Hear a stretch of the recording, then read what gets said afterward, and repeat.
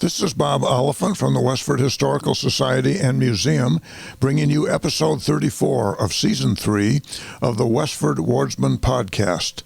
The Westford Wardsman newspaper was part of Turner's Public Spirit, a weekly newspaper in Ayer a century ago. In this episode, we'll be reading the Wardsman for the week ending Saturday, August 20th, 1910, and I'll elaborate on what was happening in Westford that week. The week starts with the Westford Center section. Mr. and Mrs. William A. Woodward moved the first of this week to their new home in East Bridgewater. Mrs. Clara Wright Anderson of Covington, Virginia, with her little son, Charles William Anderson, is at the home of her parents for a few weeks' stay.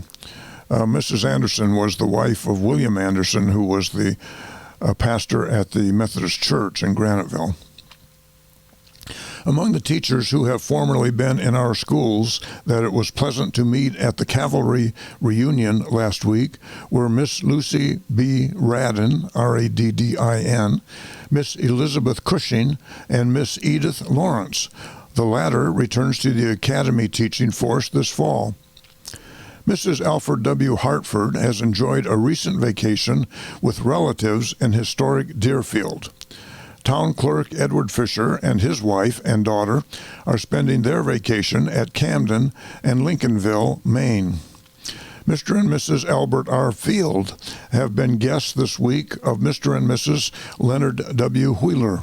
Mrs. Field and Mrs. Wheeler are cousins. The Herbert V. Hildreths have been spending the week at camp. Miss Maud Sargent of Boston, who formerly lived at Brookside and was a dear friend of the late Miss Olive Pine, has been a recent guest at Mr. and Mrs. J.W. Pine's. The pretty station at Pine Ridge is looking very trim and neat with a new coat of paint. This is now a private home on Forge Village Road, but at the time of writing, the Pine family, P-Y-N-E, were the people who operated that particular station at Pine Ridge, P-I-N-E Ridge. Mrs. Ralph Bridgeford spent a few days last week with her mother, Mrs. A.M. Felch, at Greenfield, New Hampshire. Mrs. Charles L. Hildreth entertained the Thimble Club at her home on Boston Road on Tuesday afternoon of this week. There was the usual pleasant time, for that occurs when this congenial group are together. Mrs. Harriet Sargent Hildreth was a special guest of the afternoon. Mrs. O. E. Hodson and 2 children from Lowell were weekend visitors at the home of her sister, Mrs. Ralph Bridgeford. Miss Eva Pine is spending the last weeks of the long vacation with relatives at Manchester, New Hampshire. The recent rains have been favorable to seeding down the Whitney Park, and workmen have been busy at this job this week. The gang of laborers who have been so busy for many weeks have broken camp in the field at the rear of the park and gone to other fields of labor. Very little evidence of their primitive housekeeping remains but a mound of tin cans. They were an orderly gang, and the sound of their harmonicas at the end of the day was not unpleasant. Who knew that Whitney Playground was built to the sound of harmonica music? Westford friends will be interested to know that Mr. and Mrs. Harry B. Prescott are rejoicing at the advent of a baby girl. This was Betty Frances Prescott, who was born August 16th, 1910. Miss Ruth Fisher is enjoying one of her sojourns at Plymouth. Whooping cough is an uncomfortable visitor in Parkerville. 4 children in the family of George Kimball and 1 in Harry Nesmith's are afflicted. The next section is called Automobile Speeding. The selectmen have been the recipients this season of many complaints of the excessive speed of automobiles over the highways of our town, thereby making traffic and driving dangerous. They recently sent a letter to the headquarters of the National Automobile Association, Beacon Street, Boston, stating the case, saying that they did not wish to use any extreme methods or to establish so-called traps, but hoping some measure might be taken to help the situation. The board did receive a letter back which was published, but the particular microfilm for this page was very faint, and the small typing of that letter could not be deciphered. The next section is called Death. Word came to the Westford Friends Tuesday of this week that Mrs. George E. Brigham was seriously ill, having suffered from a stroke of paralysis. This announcement was soon followed with the one that she had died at her home on Broadway, Somerville, she having never regained consciousness. Her age was 62 years. Mrs. Brigham was a large property owner in Westford, owning the big Kittredge farm with its fine apple orchards. She always retained her interest in her native town and was especially kind-hearted and benevolent to the unfortunate. Mrs. Brigham is survived by her husband, George A. Brigham, one son, William R. Carver, and one daughter, Mrs. Gertrude Carver Skidmore of New York City. She was first married to John Edward Carver, who died in 1889. The funeral was held at her late home in Somerville at 3 o'clock Thursday afternoon, and the body was brought to Westford on Friday noon, and interment was beside kindred dust in the family lot at Fairview Cemetery. There was a prayer service at the grave.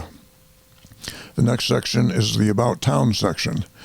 The Taylor brothers, William and John, have returned from York Beach. Brookside Mills are expected to get into working gear September 1st. Help is also waiting to get into gear. The former superintendent, Frank Collins, has moved to Lawrence.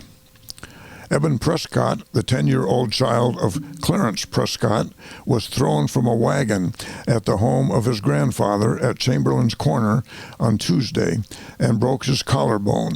He was attended by Dr. Wells. Charles Raymond, right from the capital of the United States, has opened a store in Marshall's Hall at Westford Corner on the town line. That's the town line within what is now the village of West Chelmsford. It was then, too, for that matter.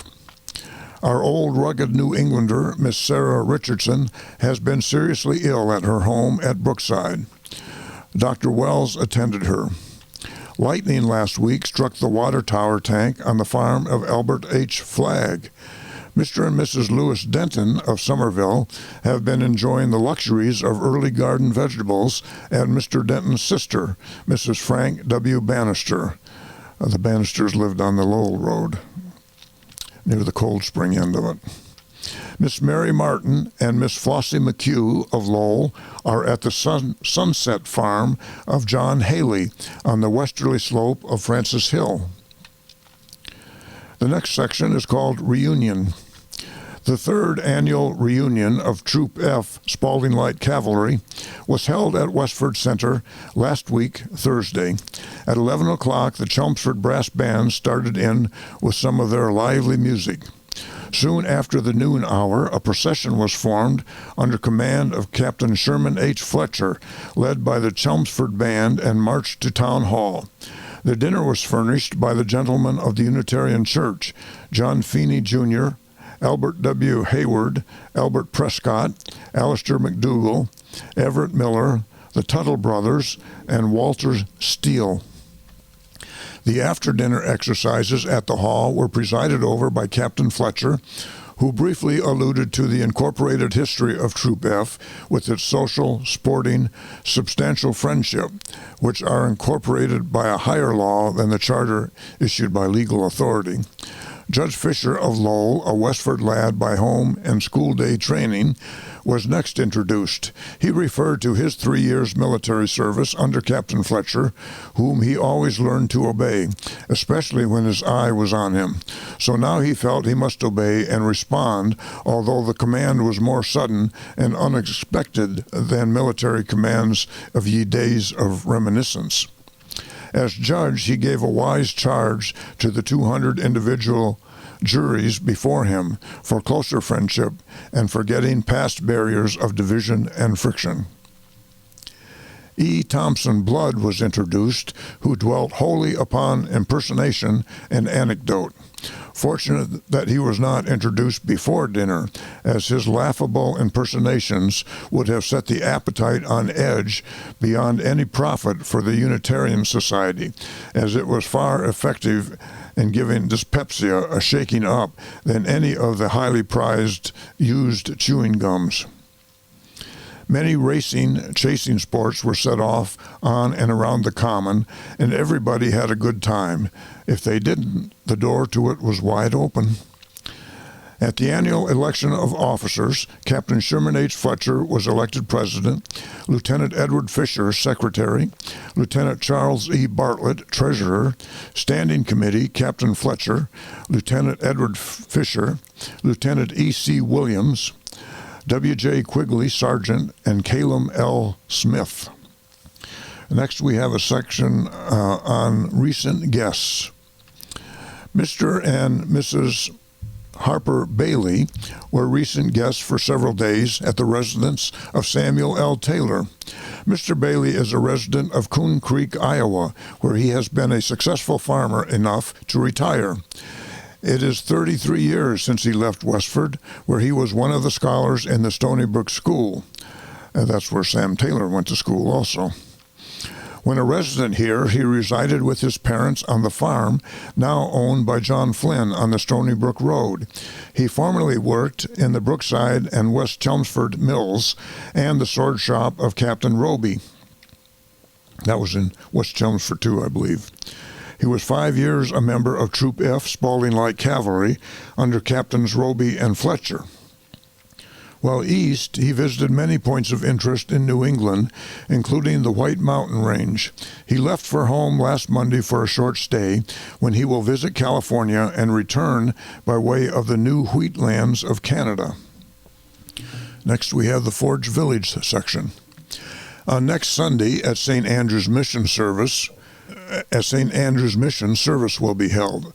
At 9 o'clock, Holy Communion will be celebrated. Reverend Harry Gray of Nevada, who has had charge of St. Andrew's Parish since the resignation of Reverend Thomas L. Fisher, will preach his farewell sermon and will return to his parish work in Nevada. It is not known who will succeed Reverend Thomas L. Fisher. A son, Joseph A. McDonald, was born to Mr. and Mrs. Joseph McDonald, Thursday, August 11th. Mr. and Mrs. John Murphy and daughter of Lowell and Mr. Crowley of Boston are at Hollingsgate Cottage for 2 weeks. Sunday, they entertain Mrs. Eunice Murphy and Mr. and Mrs. Herbert Blowen of Lowell. Mrs. Ware of Lynn, Mrs. McLaughlin, and Mrs. Willard of Manchester, New Hampshire were in town Sunday, calling on old friends. Mrs. Ware was formerly Miss Madeline Gallant, and Mrs. McLaughlin was Miss Rose Gallant, both well-known residents for many years. Miss Alice McDonough of Winterport, Maine, is spending 2 weeks as the guest of Mr. and Mrs. Samuel Eaton. Miss Annie P. Keefe of Townsend Harbor has returned home after a pleasant visit spent with Mr. and Mrs. John Carmichael. I believe Mrs. Carmichael was Annie Keefe's sister.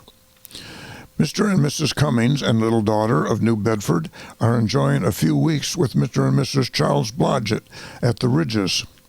Mrs. Cummings was formerly Miss Nellie Stubbs of this village. The Ridges was land in Groton, just to the west of Forge Village. Miss Ada Newt, N-U-T-E, of Brockton, and Walter Brooks of Haverhill were quietly married Monday morning at Haverhill. They were unattended. After the ceremony, they returned here to the home of Mrs. Harriet Randall, where the bride has been staying throughout the summer. They will reside in Brockton. The Forge Village Tigers will cross bats this afternoon with the St. Mary's second team of Ayer at that place. Dr. Harrison M. Bennett of Washington, D.C., and Mr. and Mrs. John Bennett of Worcester have returned home after a pleasant visit spent with Mrs. H.E. Randall. They will return later for the Bennett reunion, which will be held shortly. Mrs. Lucretia Reed entertained Mrs. Howe and Mrs. Holden of California, who are spending the summer in Yonkers, New York. Cameron School has had a thorough cleaning from top to bottom and is in first-class shape for the fall term of school, which commences on Tuesday, September 6th. William Drake of Fitchburg is visiting his cousin, Nelson Prescott, for a few days. Miss Della Drake has returned to her home in Ellsworth, Maine, for a 2 weeks vacation. Thomas Blowy, the little son of Mr. and Mrs. Samuel Blowy, is at the Lowell General Hospital. The last section is called Death of Former Resident.